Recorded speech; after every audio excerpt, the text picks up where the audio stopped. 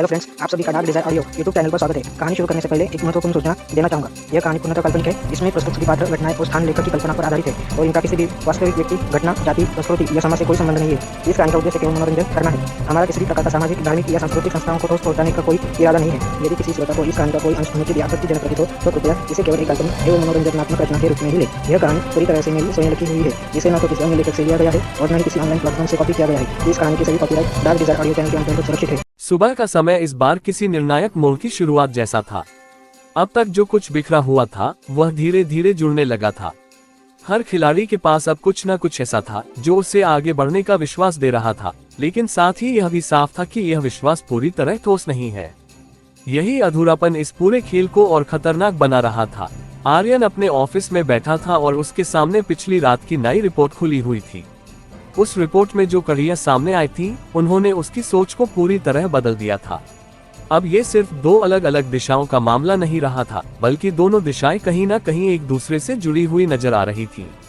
ये जुड़ाव सीधा नहीं था, लेकिन इतना जरूर था कि उसे नजरअंदाज नहीं किया जा सकता। उसने अपनी टीम को फिर से बुलाया और इस बार उसने उन्हें एक नया निर्देश दिया। उसने कहा कि अब उन्हें सिर्फ डेटा को अलग अलग नहीं देखना है, बल्कि उन बिंदुओं को खोजने की कोशिश करनी है जहां दोनों दिशाएं एक दूसरे से टकराती हैं। उसे यह समझना था कि यह संबंध वास्तविक है या सिर्फ एक भ्रम। टीम ने तुरंत काम शुरू किया। कुछ ही घंटों में उन्होंने कुछ ऐसे पॉइंट्स निकाले जहां दोनों पैटर्न एक दूसरे को छूते हुए नजर आ रहे थे। ये पूरी तरह स्पष्ट नहीं था, लेकिन इतना जरूर था कि इससे एक नई कहानी बन सकती थी। आर्यन ने उन पॉइंट्स को ध्यान से देखा और कुछ देर तक चुप रहा। फिर उसने धीरे से कहा, या तो ये सबसे बड़ा भ्रम है या फिर सबसे बड़ा सच। उधर ईशा अपने कमरे में बैठी थी और वह भी अब चीजों को अलग नजरिए से देखने लगी थी। उसने अपने सारे नोट्स को एक बार फिर से जोड़ा और इस बार उसने एक अलग तरीका अपनाया। उसने हर घटना को सिर्फ उसके परिणाम के आधार पर नहीं, बल्कि उसके प्रभाव के आधार पर देखना शुरू किया। उसने देखा कि हर बार जब कोई बड़ा बदलाव हुआ तो उसका असर सिर्फ एक दिशा में नहीं गया, बल्कि कई स्तरों पर फैला। यह कोई साधारण योजना नहीं हो सकती थी।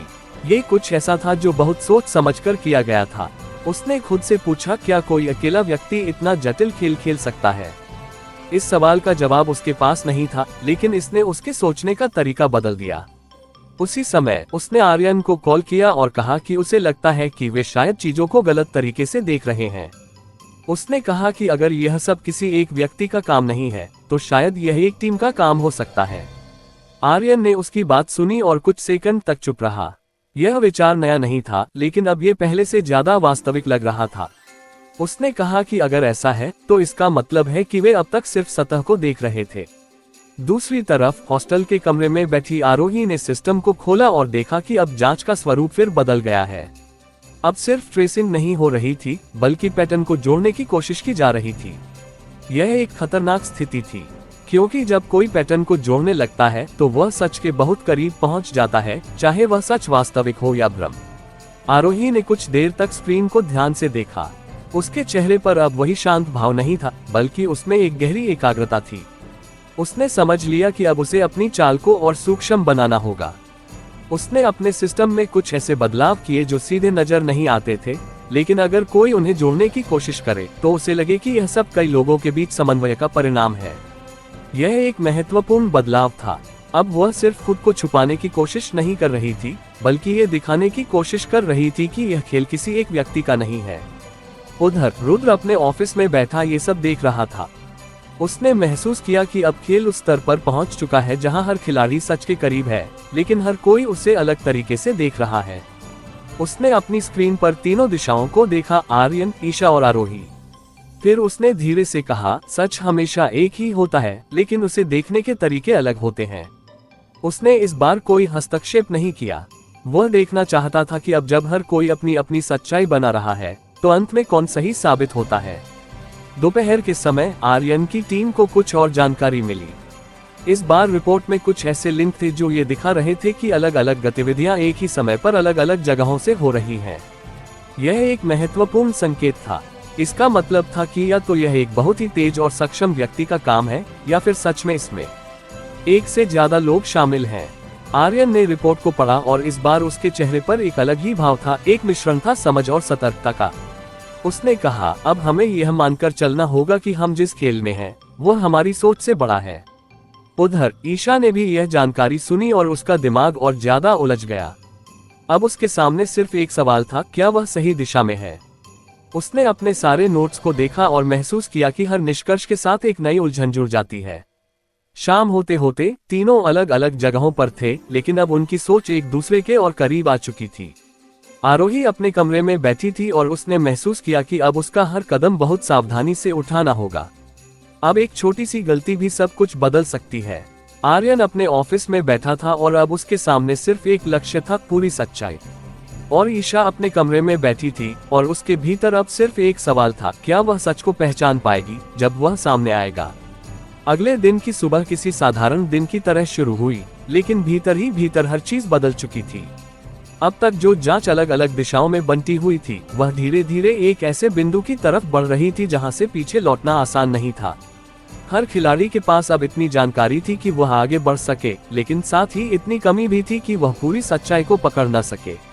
यही अधूरापन इस पूरे खेल को और खतरनाक बना रहा था। आर्यन अपने ऑफिस में बैठा था और इस बार उसके सामने सिर्फ डेटा नहीं था, बल्कि एक संरचना थी, एक ऐसा नक्शा जिसमें उसने हर गतिविधि, हर ट्रांजैक्शन और हर समय को जोड़ने की कोशिश की थी। उसने अपने सामने एक बड़ी स्क्रीन पर सारे पैटर्न्स को एक साथ रखा और ध्यान से उन्हें देखने लगा। कुछ देर तक वह बिना कुछ बोले सिर्फ देखता रहा, जैसे वह उन पैटर्न्स से खुद ही कोई जवाब निकलने का इंतजार कर रहा हो। धीरे धीरे उसे एक बात समझ में आने लगी। अब तक जो कड़ियां उसे अलग अलग दिख रही थीं, वे पूरी तरह अलग नहीं थीं। उनमें एक ऐसा बिंदु था जहां वे एक दूसरे से जुड़ती थीं, लेकिन ये जुड़ाव इतना सूक्ष्म था कि पहली नजर में दिखाई नहीं देता था। उसने उस बिंदु को जूम किया और कुछ सेकंड तक उसे देखता रहा। फिर उसने धीरे से कहा, यहाँ कुछ है जो हमने पहले नहीं देखा। उसने तुरंत अपनी टीम को बुलाया और उन्हें उस बिंदु पर ध्यान देने को कहा।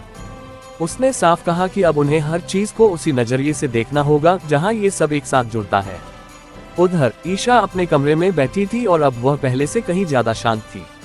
ये शांति बाहर की नहीं, बल्कि भीतर की थी, एक ऐसी शांति जो तब आती है जब इंसान बहुत कुछ समझने लगता है, लेकिन अभी भी पूरी तरह आश्वस्त नहीं होता। उसने अपने सारे नोट्स को एक बार फिर से देखा और इस बार उसने एक अलग तरीका अपनाया। उसने हर घटना को एक सवाल के साथ जोड़ना शुरू किया, ये क्यों हुआ? और अगर यह नहीं होता तो क्या होता? ये तरीका उसे एक नई दिशा में ले गया। कुछ देर बाद उसने महसूस किया कि हर घटना का एक ही उद्देश्य था, नियंत्रण। चाहे वह पैसा हो, जानकारी हो या लोगों के फैसले, हर चीज को किसी ने इस तरह मोड़ा था कि अंत में वही परिणाम निकले जो वह चाहता था। ये समझ उसके लिए आसान नहीं थी, क्योंकि इसका मतलब था कि वह अब तक किसी और के बनाए हुए रास्ते पर चल रही थी। उसी समय उसने आर्यन को कॉल किया और कहा कि उसे लगता है कि अब उन्हें सिर्फ यह नहीं देखना चाहिए कि कौन ये सब कर रहा है, बल्कि यह भी समझना चाहिए कि वह ऐसा क्यों कर रहा है। आर्यन ने उसकी बात सुनी और कुछ सेकंड तक चुप रहा। फिर उसने कहा कि अगर वे उद्देश्य को समझ लें तो शायद उन्हें ये भी समझ में आ जाएगा कि असली खिलाड़ी कौन है। दूसरी तरफ हॉस्टल के कमरे में बैठी आरोही अब पूरी तरह स्थिति को समझ चुकी थी। उसने अपने सिस्टम को खोला और देखा कि अब जांच का स्वरूप बदल गया है। अब सिर्फ ट्रेसिंग या पैटर्न खोजने की कोशिश नहीं हो रही थी, बल्कि अब हर चीज को जोड़ने की कोशिश की जा रही थी। ये वह क्षण था जहां उसका बनाया हुआ भ्रम टूट भी सकता था और मजबूत भी हो सकता था। आरोही ने कुछ देर तक बिना कुछ किए स्क्रीन को देखा। उसके दिमाग में अब कई संभावनाएं एक साथ चल रही थीं। उसने समझ लिया कि अब उसे सिर्फ बचाव नहीं करना है, बल्कि खेल की दिशा को फिर से मोड़ना है। उसने अपने सिस्टम में कुछ बदलाव किए, लेकिन इस बार उसका तरीका अलग था। उसने कुछ डेटा पॉइंट्स को इस तरह बदला कि वे सीधे उस बिंदु की तरफ इशारा करे जहां से सब कुछ जुड़ता हुआ दिखे। लेकिन उसने ये भी सुनिश्चित किया कि उस बिंदु तक पहुंचने के बाद भी कोई सीधा निष्कर्ष न निकाला जा सके। यह एक जटिल चाल थी, सच को दिखाना, लेकिन पूरी तरह नहीं। उधर रुद्र अपने ऑफिस में बैठा इस पूरे घटनाक्रम को देख रहा था। उसकी नजर अब सिर्फ गतिविधियों पर नहीं थी, बल्कि उन गतिविधियों के पीछे छुपे बदलाव पर थी। उसने देखा कि अब हर खिलाड़ी एक ही बिंदु के करीब पहुंच रहा है। उसने हल्के से मुस्कुराते हुए कहा, अब खेल दिलचस्प हो गया है, क्योंकि अब हर कोई सही दिशा में है। लेकिन उसने ये भी समझा कि यही सबसे खतरनाक स्थिति होती है। जब हर कोई सच के करीब होता है तो सबसे बड़ी गलती भी उसी समय होती है। उसने इस बार भी कोई हस्तक्षेप नहीं किया। वह देखना चाहता था कि अब जब हर खिलाड़ी लगभग एक ही जगह पहुंच चुका है तो कौन सबसे पहले उस सच को पहचानता है। दोपहर के समय आर्यन की टीम को उस बिंदु से जुड़ी कुछ और जानकारी मिली। इस बार रिपोर्ट पहले से ज्यादा स्पष्ट थी। उसमें कुछ ऐसे संकेत थे जो ये दिखा रहे थे कि यह सब किसी एक व्यक्ति द्वारा नहीं बल्कि एक बहुत ही व्यवस्थित योजना के तहत किया गया है। ये जानकारी महत्वपूर्ण थी। इसका मतलब था कि या तो कोई व्यक्ति असाधारण रूप से सक्षम है या फिर इसमें एक से ज्यादा लोग शामिल हैं। आर्यन ने रिपोर्ट को पढ़ा और इस बार उसके चेहरे पर कोई संदेह नहीं था बल्कि एक स्पष्ट समझ थी। उसने कहा, अब हमें यह मानना होगा कि यह खेल जितना हमने सोचा था उससे कहीं बड़ा है। उधर ईशा ने भी यह जानकारी सुनी और उसके दिमाग में एक नई तस्वीर बनने लगी। अब उसे यह महसूस हो रहा था कि वह सिर्फ एक खिलाड़ी नहीं है बल्कि वह इस पूरे खेल का हिस्सा है, एक ऐसा हिस्सा जिसे इस्तेमाल किया गया है। यह एहसास उसके लिए सबसे कठिन था। शाम होते होते तीनों अलग अलग जगहों पर थे, लेकिन अब उनके बीच की दूरी और कम हो गई थी। आरोही अपने कमरे में बैठी थी और उसने महसूस किया कि अब खेल उस बिंदु पर पहुंच चुका है जहां से या तो सब कुछ खत्म हो सकता है या फिर एक नई शुरुआत हो सकती है। आर्यन अपने ऑफिस में बैठा था और अब उसके सामने सिर्फ एक लक्ष्य था, पूरी संरचना को समझना। और ईशा अपने कमरे में बैठी थी और उसके भीतर अब एक नया सवाल था, अगर वह सच जान लेती है तो क्या वह उसे स्वीकार कर पाएगी। सुबह का समय इस बार असामान्य रूप से शांत था, लेकिन इस शांति के भीतर एक तेज हलचल छुपी हुई थी। अब तक जो कुछ बिखरा हुआ था वह एक बिंदु की तरफ सिमटता जा रहा था और यही सिमटना इस पूरे खेल को और खतरनाक बना रहा था। हर खिलाड़ी अब उस स्थिति में पहुंच चुका था जहां उसे सिर्फ जानकारी नहीं बल्कि निष्कर्ष चाहिए था, और निष्कर्ष हमेशा जोखिम के साथ आते हैं। आर्यन अपने ऑफिस में बैठा था और उसके सामने अब सिर्फ डेटा नहीं बल्कि एक पूरी संरचना थी जिसे उसने रात भर में तैयार किया था। उसने हर ट्रांजैक्शन, हर एक्सेस और हर समय को एक ग्राफ की तरह जोड़ दिया था। अब वह उस ग्राफ को देख रहा था जैसे वह किसी छुपे हुए पैटर्न को पहचानने की कोशिश कर रहा हो। कुछ देर तक वह बिना हिले डुले स्क्रीन को देखता रहा, फिर उसने अचानक अपनी कुर्सी से थोड़ा आगे झुकते हुए एक खास बिंदु पर ध्यान केंद्रित किया। ये वही बिंदु था जहां कई अलग अलग गतिविधियां एक साथ आकर जुड़ रही थीं। पहले ये सिर्फ एक संभावना लग रही थी, लेकिन अब यह एक स्पष्ट संकेत बन चुका था। उसने तुरंत अपनी टीम को बुलाया और कहा कि वे उस बिंदु के आसपास की हर गतिविधि को अलग अलग करके देखें। उसने साफ कहा कि अब उन्हें ये समझना होगा कि यह जुड़ाव प्राकृतिक है या किसी ने इसे जानबूझकर बनाया है। टीम ने काम शुरू किया और कुछ ही देर में उन्हें एक महत्वपूर्ण बात समझ में आने लगी कि यह जुड़ाव संयोग नहीं था। इसमें एक स्पष्ट पैटर्न था और यह पैटर्न बार बार एक ही दिशा में इशारा कर रहा था। आर्यन ने ये सुनकर गहरी सांस ली। उसके चेहरे पर अब कोई उलझन नहीं थी बल्कि एक ठंडी समझ थी। उधर ईशा अपने कमरे में बैठी थी, लेकिन इस बार उसका ध्यान सिर्फ अपने नोट्स पर नहीं था। उसने अपने पिछले कुछ दिनों के अनुभवों को याद करना शुरू किया, हर बातचीत, हर प्रतिक्रिया और हर वो पल जब उसे लगा था कि कुछ सही नहीं है। उसने महसूस किया कि अब तक वह सिर्फ घटनाओं को देख रही थी, लेकिन अब उसे उन घटनाओं के पीछे छुपे इरादों को समझना होगा। उसने खुद से पूछा, अगर यह सब किसी योजना का हिस्सा है तो उसका उद्देश्य क्या है। कुछ देर तक सोचने के बाद उसे एक बात समझ में आई, ये सिर्फ पैसा या नियंत्रण का खेल नहीं हो सकता। इसमें कुछ और भी है, कुछ ऐसा जो व्यक्तिगत है। ये सोच उसके लिए नया था, लेकिन इसने उसकी दिशा बदल दी। उसी समय उसने आर्यन को कॉल किया और कहा कि उसे लगता है कि वे एक महत्वपूर्ण चीज को नजरअंदाज कर रहे हैं, भावनाएं। आर्यन ने उसकी बात सुनी और कुछ सेकंड तक चुप रहा। फिर उसने कहा कि अगर यह सब व्यक्तिगत है तो इसका मतलब है कि यह सिर्फ एक योजना नहीं बल्कि एक बदला भी हो सकता है। ये शब्द दोनों के बीच कुछ पल के लिए ठहर गया, बदला। दूसरी तरफ हॉस्टल के कमरे में बैठी आरोही अब पूरी तरह समझ चुकी थी कि खेल उस मोड़ पर पहुंच चुका है जहां अब सिर्फ तकनीकी चालें काफी नहीं होंगी। अब सामने वाले उसके इरादों को समझने की कोशिश कर रहे हैं और यही सबसे खतरनाक स्थिति है। उसने अपने सिस्टम को खोला और देखा कि अब एक्सेस सिर्फ डेटा तक सीमित नहीं है, बल्कि अब वे उन बिंदुओं तक पहुंचने की कोशिश कर रहे हैं जहां से सब कुछ नियंत्रित होता है। ये वह जगह थी जिसे उसने सबसे ज्यादा सुरक्षित रखा था। आरोही ने कुछ देर तक बिना कुछ किए स्क्रीन को देखा। उसके चेहरे पर अब एक अलग ही भाव था, एक मिश्रण था शांति और सतर्कता का। उसने समझ लिया कि अब उसे एक ऐसा कदम उठाना होगा जो सामने वाले को फिर से भ्रम में डाल दे, लेकिन इस बार सिर्फ डेटा के स्तर पर नहीं। उसने अपने सिस्टम में कुछ बदलाव किए, लेकिन इस बार उसने एक और काम किया। उसने कुछ ऐसी जानकारी को सतह पर आने दिया जो उसके इरादों की तरफ इशारा करती थी, लेकिन पूरी तरह स्पष्ट नहीं थी। यह एक जोखिम भरा कदम था, क्योंकि अब वह खुद को पूरी तरह छुपा नहीं रही थी। उधर रुद्र अपने ऑफिस में बैठा ये सब देख रहा था। उसने महसूस किया कि अब खेल अपने सबसे दिलचस्प बिंदु पर पहुंच चुका है। अब हर खिलाड़ी सच के बहुत करीब है, लेकिन हर कोई उसे अलग तरीके से समझ रहा है। उसने धीरे से कहा, अब ये सिर्फ चालों का खेल नहीं रहा, अब यह इरादों का खेल है। उसने इस बार एक छोटा सा हस्तक्षेप किया। उसने कुछ ऐसी जानकारी को आगे बढ़ाया जो सीधे उस विचार को मजबूत करती थी कि यह सब व्यक्तिगत कारणों से हो रहा है।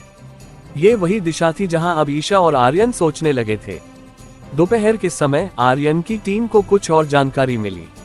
इस बार रिपोर्ट में कुछ ऐसे संकेत थे जो ये दिखा रहे थे कि कुछ फैसले ऐसे समय पर लिए गए जब उनका कोई तकनीकी कारण नहीं था।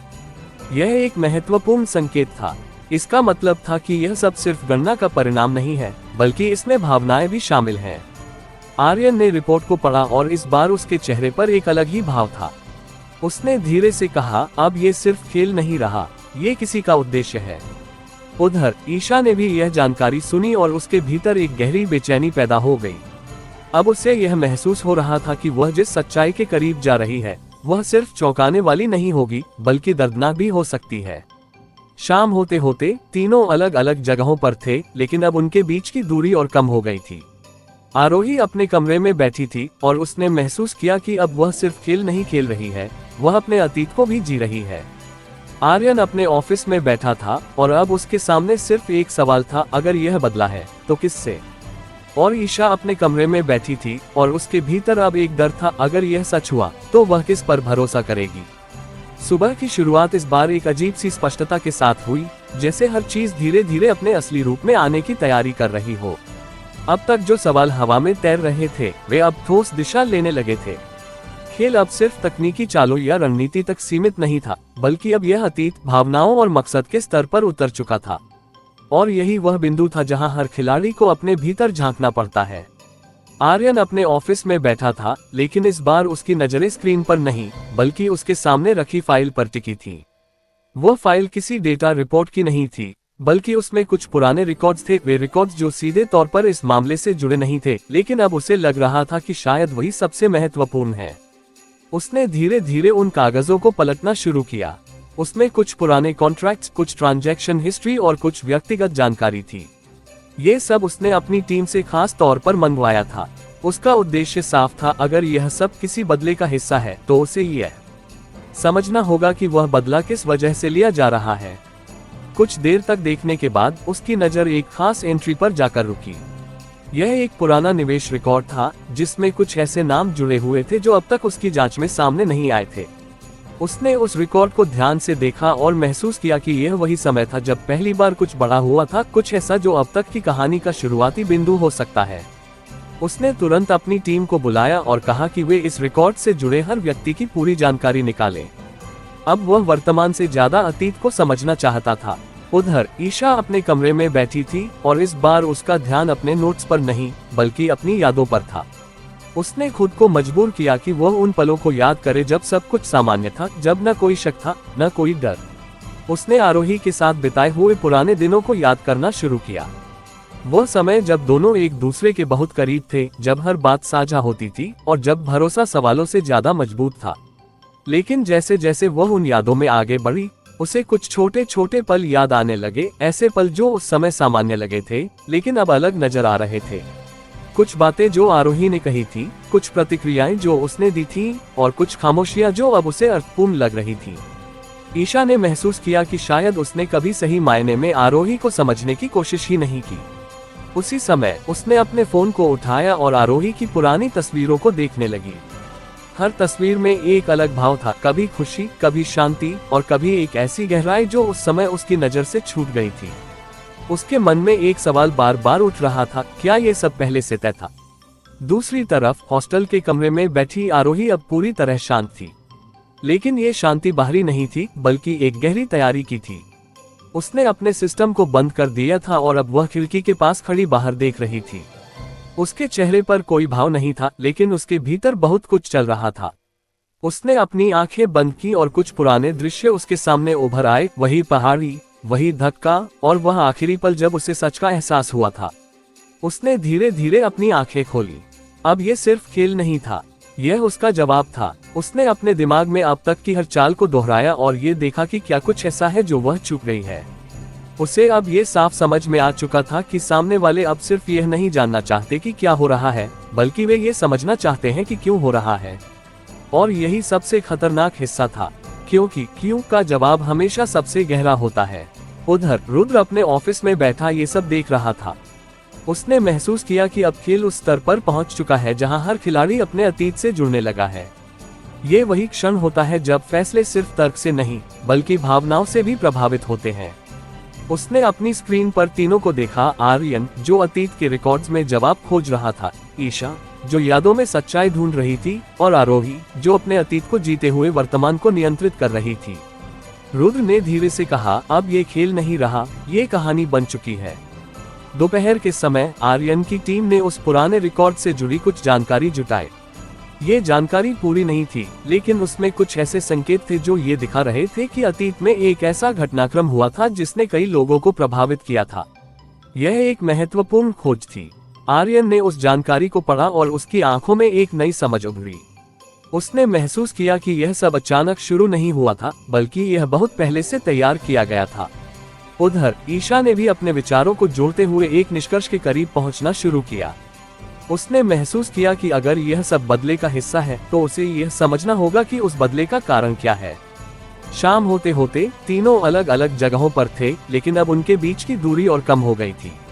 आरोही अपने कमरे में बैठी थी और उसने महसूस किया कि अब समय आ गया है कि कुछ चीजें सामने आने दी जाएं। आर्यन अपने ऑफिस में बैठा था और अब वह सिर्फ वर्तमान नहीं, बल्कि अतीत को भी समझने की कोशिश कर रहा था। और ईशा अपने कमरे में बैठी थी और उसके भीतर अब एक ही सवाल था, अगर यह सब बदले के लिए है तो वह बदला किससे लिया जा रहा है। सुबह की हल्की धूप कमरे में फैल रही थी, लेकिन उस रोशनी में भी एक अजीब सी बेचैनी छुपी हुई थी। अब तक जो कुछ परतों में छुपा हुआ था, वह धीरे धीरे सामने आने की कोशिश कर रहा था। हर खिलाड़ी अब उस बिंदु के करीब था जहां उसे सिर्फ अंदाजा नहीं, बल्कि सच्चाई का सामना करना पड़ सकता था। और यही वह क्षण होता है जहां खेल और असलियत के बीच की रेखा धुंधली होने लगती है। आर्यन अपने ऑफिस में बैठा था और उसके सामने वह नई जानकारी खुली हुई थी जो उसे पिछली शाम मिली थी। उसने पूरी रात उन रिकॉर्ड्स को समझने में बिताई थी। अब वह सिर्फ डेटा नहीं देख रहा था, बल्कि एक कहानी पढ़ रहा था, एक ऐसी कहानी जो वर्तमान से बहुत पहले शुरू हुई थी। उसने उन नामों को एक एक करके देखा जो उस पुराने रिकॉर्ड से जुड़े हुए थे। उनमें से कुछ नाम उसके लिए नए थे, लेकिन कुछ ऐसे भी थे जो उसे कहीं न कहीं परिचित लग रहे थे। उसने उन परिचित नामों पर ध्यान केंद्रित किया और अपनी टीम से उनके बारे में और जानकारी निकालने को कहा। कुछ ही देर में उसे जो जानकारी मिली, उसने उसके भीतर एक नई समझ पैदा कर दी।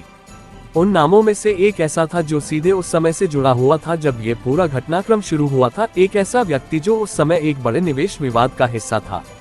आर्यन ने उस जानकारी को ध्यान से पढ़ा और उसकी आंखों में एक अलग ही चमक आ गई।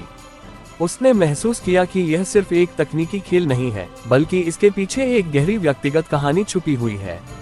उधर ईशा अपने कमरे में बैठी थी और इस बार उसने अपने सारे नोट्स को एक तरफ रख दिया था।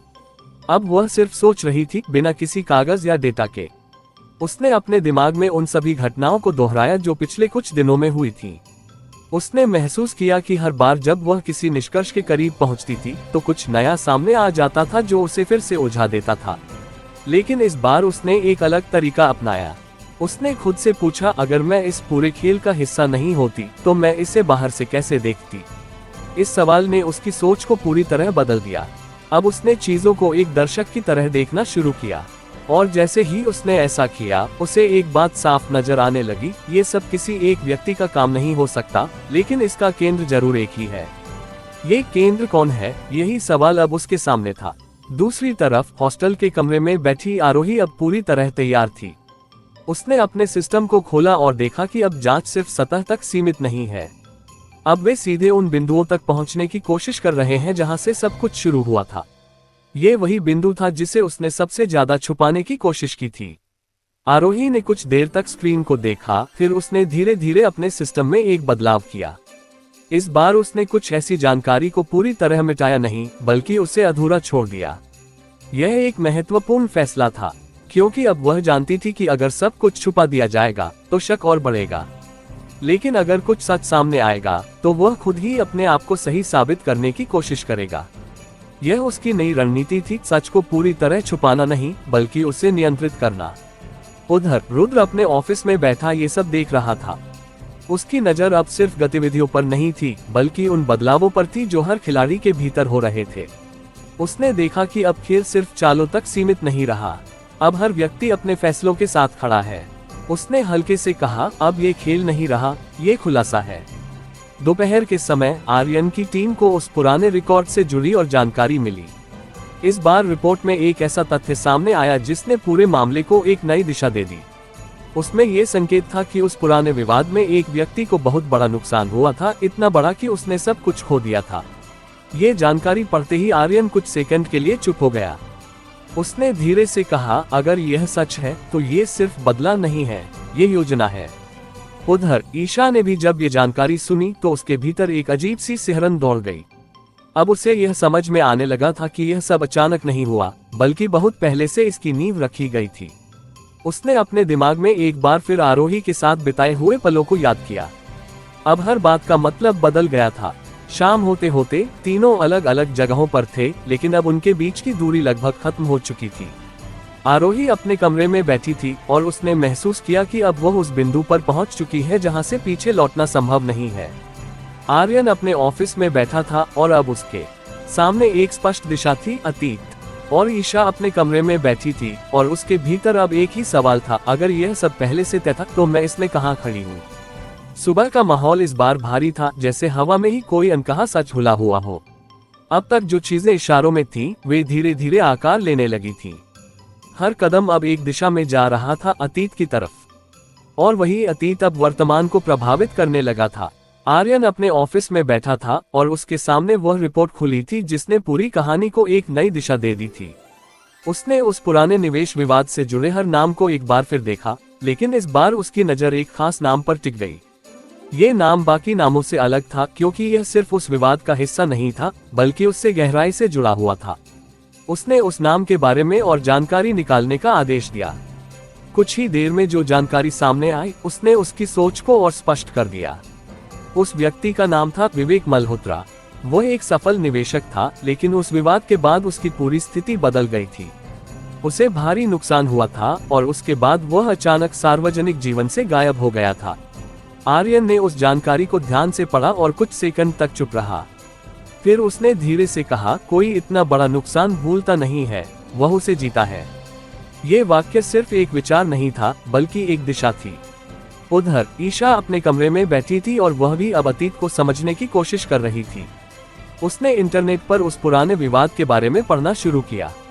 उसे धीरे धीरे समझ में आने लगा कि यह कोई साधारण मामला नहीं था। इसमें बड़े पैसे, बड़े लोग और बड़े फैसले शामिल थे, लेकिन सबसे ज्यादा उसे जिस बात ने झकझोरा वह ये थी कि उस विवाद के बाद कुछ लोगों की जिंदगी पूरी तरह बदल गई थी।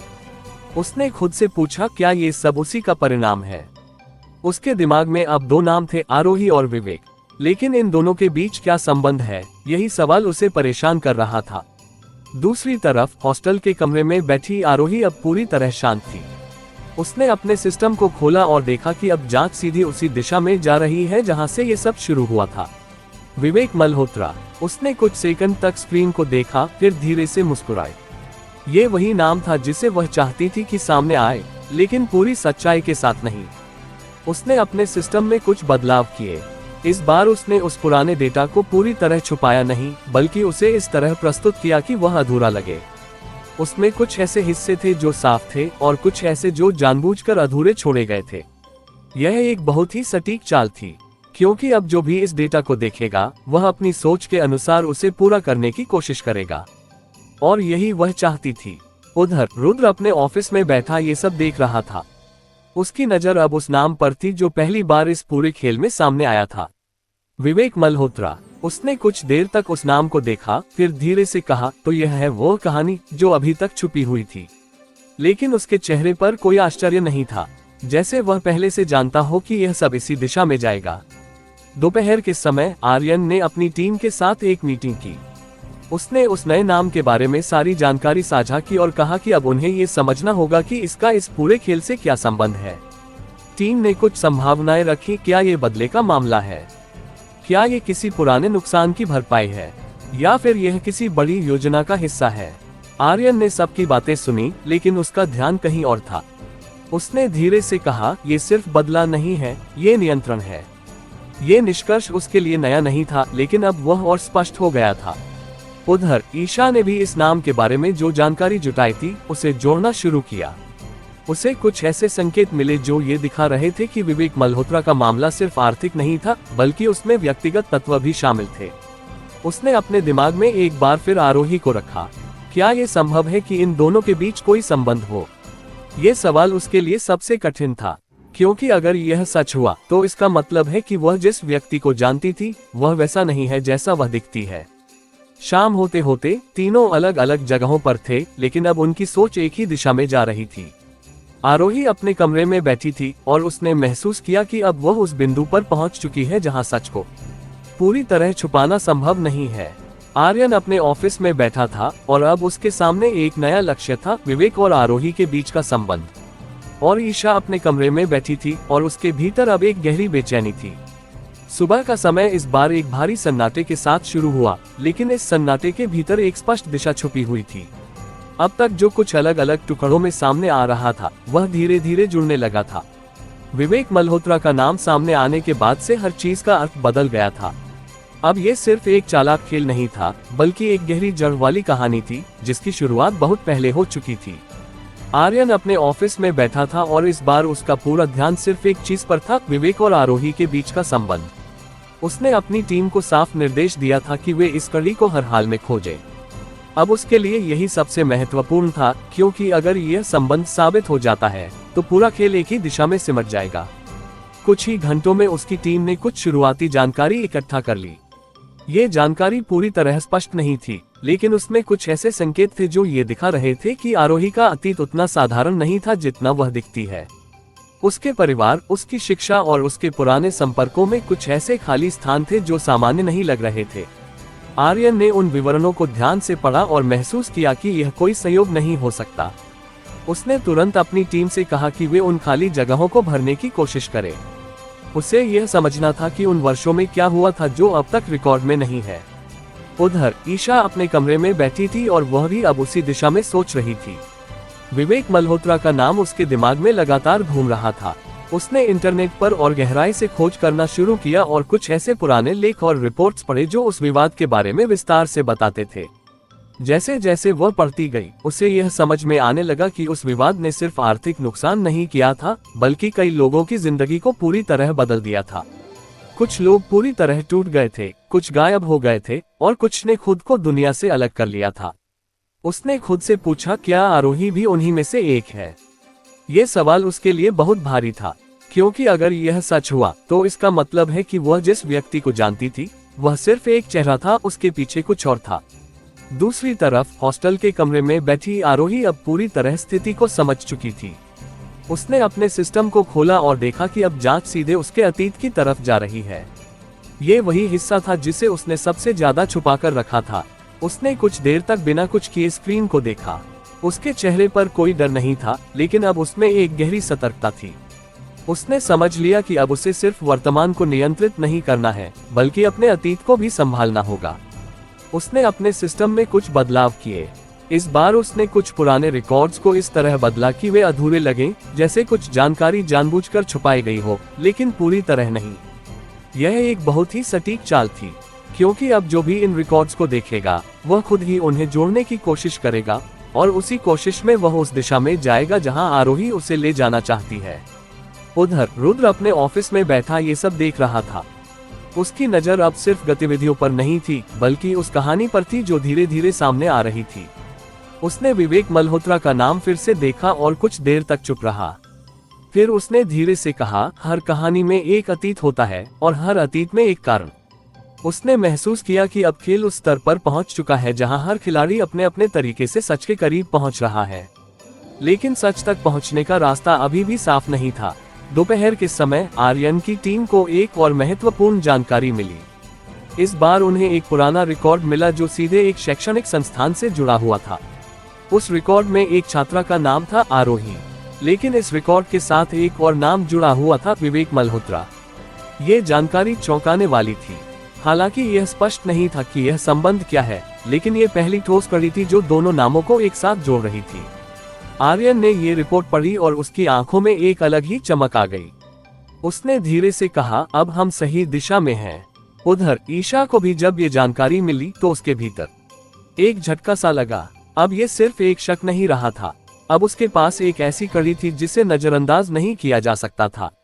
उसने अपने दिमाग में एक बार फिर सब कुछ जोड़ा, आरोही का व्यवहार, उसकी जानकारी और अब यह नया संबंध। सब कुछ धीरे धीरे एक ही दिशा में जा रहा था। शाम होते होते तीनों अलग अलग जगहों पर थे, लेकिन अब उनके बीच की दूरी लगभग खत्म हो चुकी थी। आरोही अपने कमरे में बैठी थी और उसने महसूस किया कि अब उसका अतीत सामने आने लगा है, लेकिन वह ये भी जानती थी कि अभी पूरी सच्चाई सामने नहीं आई है, और वही उसकी सबसे बड़ी ताकत थी। आर्यन अपने ऑफिस में बैठा था और अब उसके सामने एक स्पष्ट लक्ष्य था, इस संबंध को पूरी तरह समझना। और ईशा अपने कमरे में बैठी थी और उसके भीतर अब एक गहरी उलझन थी। सुबह की शुरुआत इस बार एक अलग तरह की गंभीरता के साथ हुई थी। अब तक जो कुछ संदेह और कड़ियों के रूप में सामने आ रहा था, वह धीरे धीरे एक ठोस दिशा में बदलने लगा था। विवेक मल्होत्रा और आरोही के बीच का संबंध अब सिर्फ एक संभावना नहीं रहा था, बल्कि एक वास्तविकता की ओर बढ़ता हुआ संकेत बन चुका था।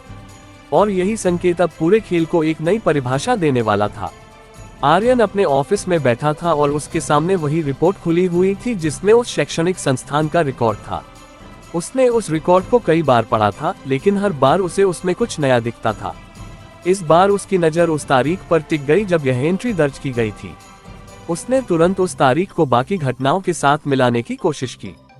कुछ ही मिनटों में उसे एक महत्वपूर्ण बात समझ में आई। ये वही समय था जब विवेक मल्होत्रा के साथ वह बड़ा विवाद हुआ था। इसका मतलब था कि यह संबंध संयोग नहीं हो सकता। उसने तुरंत अपनी टीम को बुलाया और कहा कि वे उस संस्थान के बारे में और जानकारी निकालें, कौन कौन लोग वहां जुड़े थे, किन परिस्थितियों में यह एंट्री हुई, और सबसे महत्वपूर्ण, आरोही उस समय वहां क्या कर रही थी। उधर ईशा अपने कमरे में बैठी थी, लेकिन अब उसके भीतर की स्थिति पूरी तरह बदल चुकी थी।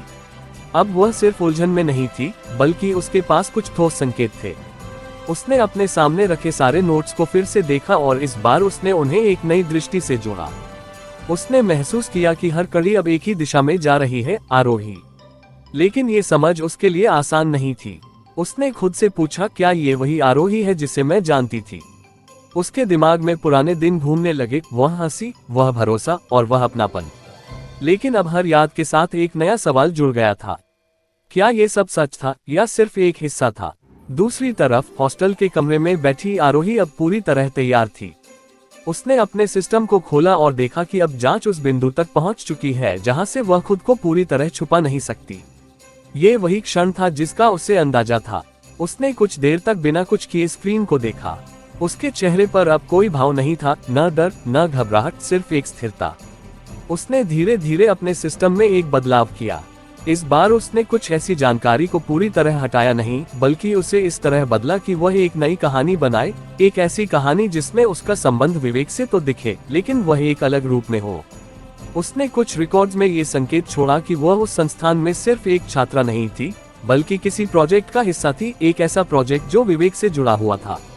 यह एक बहुत ही सूक्ष्म चाल थी, क्योंकि अब जो भी इस जानकारी को देखेगा वह ये मानेगा कि उनका संबंध पेशेवर था, न कि व्यक्तिगत। उधर रुद्र अपने ऑफिस में बैठा ये सब देख रहा था। उसकी नजर अब उस संबंध पर थी जो धीरे धीरे सामने आ रहा था। उसने महसूस किया कि अब खेल उस स्तर पर पहुंच चुका है जहां सच्चाई और भ्रम एक दूसरे में घुलने लगे हैं। उसने हल्के से कहा, सब कुछ सामने आ रहा है, लेकिन कुछ भी साफ नहीं है। ये वही स्थिति थी जहां सबसे बड़ी गलती होती है, जब इंसान को लगता है कि वह सच के करीब है। दोपहर के समय आर्यन की टीम को उस संस्थान से जुड़ी और जानकारी मिली। इस बार रिपोर्ट में कुछ ऐसे डॉक्यूमेंट्स थे जो ये दिखा रहे थे कि उस समय कुछ खास प्रोजेक्ट्स चल रहे थे, जिनमें बाहरी निवेशकों का भी योगदान था।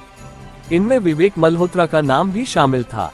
लेकिन सबसे दिलचस्प बात यह थी कि उन प्रोजेक्ट्स में कुछ ऐसे छात्र भी शामिल थे जिनके नाम पूरी तरह स्पष्ट नहीं थे, जैसे जानबूझकर उन्हें छुपाया गया हो। आर्यन ने ये रिपोर्ट पढ़ी और कुछ सेकंड तक चुप रहा। उसने महसूस किया कि यह कहानी जितनी सामने आ रही है उतनी ही छुप भी रही है। उधर ईशा को भी जब ये जानकारी मिली तो उसके दिमाग में एक नई तस्वीर बनने लगी। अब उसे लगने लगा था कि शायद आरोही सिर्फ एक साधारण लड़की नहीं थी, बल्कि वह किसी बड़ी योजना का हिस्सा थी, एक ऐसी योजना जो बहुत पहले शुरू हुई थी। लेकिन इस सोच के साथ ही उसके भीतर एक और सवाल उठा, अगर यह सब सच है तो उसने उसे क्यों नहीं बताया। ये सवाल उसके लिए सबसे ज्यादा दर्दनाक था। शाम होते होते तीनों अलग अलग जगहों पर थे, लेकिन अब उनके बीच की दूरी लगभग खत्म हो चुकी थी। आरोही अपने कमरे में बैठी थी और उसने महसूस किया कि अब सच को पूरी तरह छुपाना संभव नहीं है, लेकिन उसे कैसे दिखाना है यह अब भी उसके हाथ में है। आर्यन अपने ऑफिस में बैठा था और अब उसके सामने एक स्पष्ट दिशा थी, आरोही और विवेक का संबंध। और ईशा अपने कमरे में बैठी थी और उसके भीतर अब एक गहरी बेचैनी थी। सुबह का समय इस बार असामान्य रूप से भारी था, जैसे किसी अनकहे सच ने रात भर में अपनी जगह बना ली हो और अब बाहर आने का इंतजार कर रहा हो। पिछले कुछ दिनों में जो कड़ियां जुड़ रही थी, उन्होंने अब एक ऐसी स्थिति बना दी थी जहां से पीछे हटना संभव नहीं था। विवेक मल्होत्रा और आरोही के बीच का संबंध अब सिर्फ एक अनुमान नहीं रहा था, बल्कि एक ठोस आधार ले चुका था। लेकिन यह आधार जितना मजबूत लग रहा था, उतना ही उसमें छुपा हुआ भ्रम भी गहरा था। आर्यन अपने ऑफिस में बैठा था और उसके सामने नए डॉक्यूमेंट्स की एक फाइल खुली हुई थी। उसने पूरी रात उन दस्तावेजों को समझने में बिताई थी और अब वह हर छोटे छोटे विवरण को जोड़ने की कोशिश कर रहा था। उसकी नज़र एक खास रिपोर्ट पर टिक गई जिसमें उस प्रोजेक्ट का जिक्र था, जिसमें विवेक और कुछ चुनिंदा छात्रों की भागीदारी बताई गई थी। उसने उस रिपोर्ट को ध्यान से पढ़ा और महसूस किया कि इसमें कुछ जानकारी जानबूझकर अधूरी छोड़ी गई है। कुछ नाम पूरे थे, कुछ आधे और कुछ सिर्फ संकेतों में दिए गए थे। यह कोई सामान्य लापरवाही नहीं हो सकती थी। ये किसी की बनाई हुई परत थी, एक ऐसी परत जो सच को पूरी तरह सामने नहीं आने देती, लेकिन उसे छुपाती भी नहीं। आर्यन ने अपने माथे पर हाथ रखा और कुछ सेकंड के लिए आंखें बंद कर ली। अब उसे यह समझ में आ रहा था कि यह खेल सिर्फ चालों का नहीं है, बल्कि जानकारी के नियंत्रण का है। जो जितना दिखाना चाहता है उतना ही सामने आता है। उसने तुरंत अपनी टीम को बुलाया और कहा कि वे उस प्रोजेक्ट के हर सदस्य की पूरी जानकारी निकालें, भले ही वह नाम अधूरा हो या सिर्फ संकेतों में दिया गया हो। अब वह उस परत को हटाना चाहता था जो इस सच को ढक रही थी। उधर ईशा अपने कमरे में बैठी थी और इस बार उसके सामने कोई नोट्स नहीं थे। वह बस चुपचाप बैठी थी, जैसे वह अपने भीतर के शोर को समझने की कोशिश कर रही हो। उसके दिमाग में अब तक की हर घटना घूम रही थी, आरोही का व्यवहार, उसकी बातें और वह आत्मविश्वास जो अब उसे असामान्य लग रहा था। उसने महसूस किया कि अब सवाल सिर्फ यह नहीं है कि सच क्या है, बल्कि यह भी है कि वह सच उसके लिए क्या मायने रखता है। उसने धीरे धीरे अपने फोन को उठाया और आरोही का नंबर खोला। कुछ सेकंड तक वह स्क्रीन को देखती रही, जैसे वह खुद से पूछ रही हो कि क्या वह ये कदम उठाने के लिए तैयार है। लेकिन इस बार उसने कॉल नहीं किया। उसने फोन को वापस रख दिया, क्योंकि अब उसे सिर्फ जवाब नहीं चाहिए थे, उसे सच चाहिए था। दूसरी तरफ हॉस्टल के कमरे में बैठी आरोही अब पूरी तरह स्थिति को नियंत्रित करने की कोशिश कर रही थी। उसने अपने सिस्टम को खोला और देखा कि अब जांच उस स्तर तक पहुंच चुकी है जहां उसकी बनाई हुई परतें धीरे धीरे कमजोर पड़ने लगी हैं। ये वही क्षण था जहां उसे अपनी सबसे सटीक चाल चलनी थी। उसने कुछ देर तक स्क्रीन को देखा और फिर धीरे धीरे अपने डेटा में बदलाव करना शुरू किया। इस बार उसने कुछ ऐसे डॉक्यूमेंट्स को सामने आने दिया जिनमें उसका नाम स्पष्ट रूप से जुड़ा हुआ था विवेक के साथ। लेकिन उसने ये सुनिश्चित किया कि उन डॉक्यूमेंट्स में यह संबंध सिर्फ पेशेवर लगे, व्यक्तिगत नहीं। यह एक बहुत ही नाजुक संतुलन था। अगर वह सब कुछ छुपा देती तो शक और बढ़ जाता, और अगर वह सब कुछ दिखा देती तो सच सामने आ जाता। इसलिए उसने बीच का रास्ता चुना, आधा सच। उधर रुद्र अपने ऑफिस में बैठा ये सब देख रहा था। उसकी नजर अब उस बदलाव पर थी जो आरोही ने किया था। उसने महसूस किया कि अब खेल उस स्तर पर पहुंच चुका है जहां हर चाल का असर तुरंत दिखने लगता है। उसने हल्के से कहा, अब सच सामने आ रहा है, लेकिन पूरा नहीं। ये वही स्थिति थी जहां खेल सबसे ज्यादा खतरनाक होता है। दोपहर के समय आर्यन की टीम को वह जानकारी मिल गई जिसका वह इंतजार कर रहा था। उन्होंने उन अधूरे नामों को जोड़ने की कोशिश की और कुछ संभावित पहचानें निकाली। उनमें से एक नाम ऐसा था जो सीधे आरोही से जुड़ सकता था। ये जानकारी पूरी तरह पक्की नहीं थी, लेकिन इतनी जरूर थी कि उसे नजरअंदाज नहीं किया जा सकता था। आर्यन ने उस रिपोर्ट को पढ़ा और उसकी आंखों में एक अलग ही चमक आ गई। उसने धीरे से कहा, अब ये सिर्फ शक नहीं है। उधर ईशा को भी जब ये जानकारी मिली तो उसके भीतर कुछ टूटता हुआ महसूस हुआ। अब ये सिर्फ एक कहानी नहीं रही थी, यह उसकी अपनी जिंदगी से जुड़ा हुआ सच बन चुका था। उसने अपने दिमाग में एक बार फिर सब कुछ जोड़ा, आरोही, विवेक, प्रोजेक्ट और अब यह नई कड़ी। सब कुछ एक ही दिशा में जा रहा था, लेकिन फिर भी कुछ अधूरा था। शाम होते होते तीनों अलग अलग जगहों पर थे, लेकिन अब उनके बीच की दूरी लगभग खत्म हो चुकी थी। आरोही अपने कमरे में बैठी थी और उसने महसूस किया कि अब वह उस बिंदु पर पहुंच चुकी है जहां से खेल को आगे बढ़ाना होगा या खत्म करना होगा। आर्यन अपने ऑफिस में बैठा था और अब उसके सामने एक स्पष्ट दिशा थी, आधा सच। और ईशा अपने कमरे में बैठी थी और उसके भीतर अब सिर्फ एक भावना बची थी, भरोसे का टूटना। सुबह की शुरुआत इस बार अलग थी। हवा में वही बेचैनी थी, लेकिन उसके साथ एक स्पष्ट दिशा भी थी, जैसे अब हर चीज अपने अंतिम रूप की तरफ बढ़ रही हो। पिछले कुछ दिनों में जो कड़ियां जुड़ी थीं, उन्होंने अब एक ऐसा ढांचा बना दिया था जिसमें छुपना मुश्किल था। आधा सच सामने आ चुका था और अब सवाल यह नहीं था कि क्या छुपा है, बल्कि यह था कि कितना छुपा है। आर्यन अपने ऑफिस में बैठा था और उसके सामने 3 अलग अलग फाइल्स खुली थीं। एक में विवेक मल्होत्रा का पूरा बैकग्राउंड, दूसरी में उस प्रोजेक्ट से जुड़ी जानकारी और तीसरी में आरोही का डेटा। उसने तीनों को एक साथ देखने की कोशिश की, जैसे वह किसी ऐसी तस्वीर को पूरा करने की कोशिश कर रहा हो जो अभी तक अधूरी है। उसने धीरे धीरे तीनों को जोड़ना शुरू किया। विवेक एक निवेशक जिसने सब कुछ खो दिया। प्रोजेक्ट एक ऐसा प्लेटफॉर्म जहां से सब शुरू हुआ। आरोही एक ऐसा नाम जो हर जगह मौजूद था, लेकिन कभी पूरी तरह सामने नहीं आया। कुछ देर तक वह चुप बैठा रहा, फिर उसने अपनी कुर्सी से उठकर खिड़की के पास जाकर खड़ा हो गया। बाहर की हलचल उसके भीतर के शोर से बिल्कुल अलग थी। उसने खुद से एक सवाल पूछा, अगर यह सब सच है तो आखिर क्यों? उधर ईशा अपने कमरे में बैठी थी और इस बार वह सिर्फ सोच नहीं रही थी, बल्कि एक निर्णय के करीब पहुंच रही थी। अब तक उसने खुद को रोका था, खुद को समझाया था कि उसे और सबूत चाहिए, लेकिन अब उसके भीतर की स्थिति बदल चुकी थी। अब उसे जवाब चाहिए थे, सीधे। उसने बिना ज्यादा सोचे अपना फोन उठाया और आरोही को कॉल कर दिया। फोन कुछ सेकंड तक बजता रहा, फिर दूसरी तरफ से कॉल उठी। हाँ, आरोही की आवाज बिल्कुल सामान्य थी। ईशा ने कुछ सेकंड तक कुछ नहीं कहा, जैसे वह खुद को संभाल रही हो। फिर उसने धीरे से कहा, मुझे तुमसे मिलना है अभी। आरोही ने बिना कोई सवाल पूछे जवाब दिया, ठीक है। यह जवाब छोटा था, लेकिन उसके पीछे एक गहरी तैयारी थी। दूसरी तरफ हॉस्टल के कमरे में बैठी आरोही ने फोन रख दिया और कुछ सेकंड तक चुप बैठी रही। उसके चेहरे पर कोई घबराहट नहीं थी, लेकिन उसकी आंखों में अब एक अलग ही चमक थी। वह जानती थी कि यह क्षण आएगा, और अब वह यहाँ था। उसने धीरे धीरे अपनी कुर्सी से उठकर कमरे में चलना शुरू किया। उसके दिमाग में अब तक की हर चाल घूम रही थी, हर फैसला, हर भ्रम और हर वह पल जब उसने इस खेल को अपनी दिशा में मोड़ा था। अब ये सब उसे इस एक पल तक लेकर आया था। उसने खुद से कहा, अब छुपने का समय खत्म। दोपहर के समय वही कैफे जहां पहले मुलाकात हुई थी, एक बार फिर इस कहानी का केंद्र बन गया। ईशा पहले से वहां बैठी थी। इस बार उसके चेहरे पर उलझन नहीं थी, बल्कि एक कठोरता थी, जैसे उसने खुद को तैयार कर लिया हो। कुछ ही देर में आरोही वहां पहुंची। दोनों आमने सामने बैठे। कुछ सेकंड तक खामोशी रही।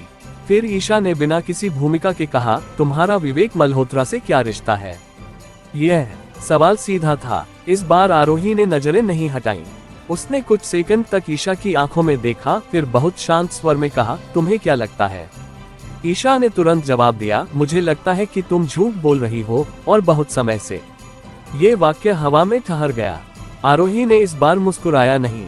उसने सिर्फ इतना कहा, हर सच तुरंत नहीं बताया जाता। यह जवाब टालने वाला नहीं था, बल्कि स्वीकार करने वाला था, आधे तरीके से। ईशा ने उसकी तरफ देखा और कहा, तो मतलब कुछ है जो तुम छुपा रही हो? आरोही ने इस बार सिर झुकाया नहीं। उसने सीधे कहा, हाँ है। ये पहला सीधा स्वीकार था। कैफे का माहौल जैसे कुछ पल के लिए रुक गया। ईशा के चेहरे पर कई भाव एक साथ आए, गुस्सा, दर्द और एक अजीब सी राहत। उसने धीरे से पूछा, क्यों? ये सवाल सबसे गहरा था। आरोही कुछ सेकंड तक चुप रही। फिर उसने कहा, क्योंकि कुछ चीजें सिर्फ बताने से समझ नहीं आती। यह जवाब फिर अधूरा था, लेकिन इस बार उसमें छुपने की कोशिश नहीं थी। उसी समय कैफे के बाहर खड़ा एक व्यक्ति यह सब देख रहा था, आर्यन। वह इस बार सिर्फ देखने नहीं आया था, वह समझने आया था। अंदर बातचीत अभी भी जारी थी। ईशा ने अब अपनी आवाज को और सख्त कर लिया। क्या ये सब तुम्हारा प्लान है? ये सवाल अब सिर्फ शक नहीं था, यह एक आरोप था। आरोही ने इस बार कोई घुमाव नहीं किया। उसने धीरे से कहा, अगर मैं कहूं कि हाँ तो। ये वाक्य एक सीधा वार था। ईशा कुछ पल के लिए चुप रह गई। ये वह जवाब था जिसका उसे डर था और जिसका वह इंतजार भी कर रही थी। उसने धीरे से कहा, तो इसका मतलब तुमने मुझे इस्तेमाल किया? आरोही ने तुरंत जवाब नहीं दिया। उसने कुछ सेकंड तक उसे देखा, जैसे वह कुछ तौल रही हो। फिर उसने कहा, तुम खुद चली थी उस रास्ते पर, मैंने सिर्फ दिशा दी। यह जवाब ईशा के लिए सबसे ज्यादा चोट देने वाला था। उसने अपनी नजरें झुका ली। अब उसके पास कोई शब्द नहीं थे। उसी समय आर्यन अंदर आया। उसकी मौजूदगी ने माहौल को और भारी कर दिया। वो दोनों के सामने आकर खड़ा हो गया। उसने सीधे आरोही की तरफ देखा और कहा, अब खेल खत्म हो चुका है। आरोही ने उसकी तरफ देखा। इस बार उसकी आंखों में कोई छुपाव नहीं था। उसने धीरे से कहा, नहीं, अब शुरू हुआ है। ये वाक्य साधारण नहीं था, इसमें एक चुनौती थी। कैफे में तीनों एक साथ खड़े थे, तीनों अलग अलग सच के साथ। ईशा, जिसका भरोसा टूट चुका था, आर्यन, जो अब जवाब चाहता था, और आरोही, जो अब छुप नहीं रही थी। तो दोस्तों, यह था आज का एपिसोड। आशा करता हूँ कि आपको हमारी कहानी पसंद आई होगी।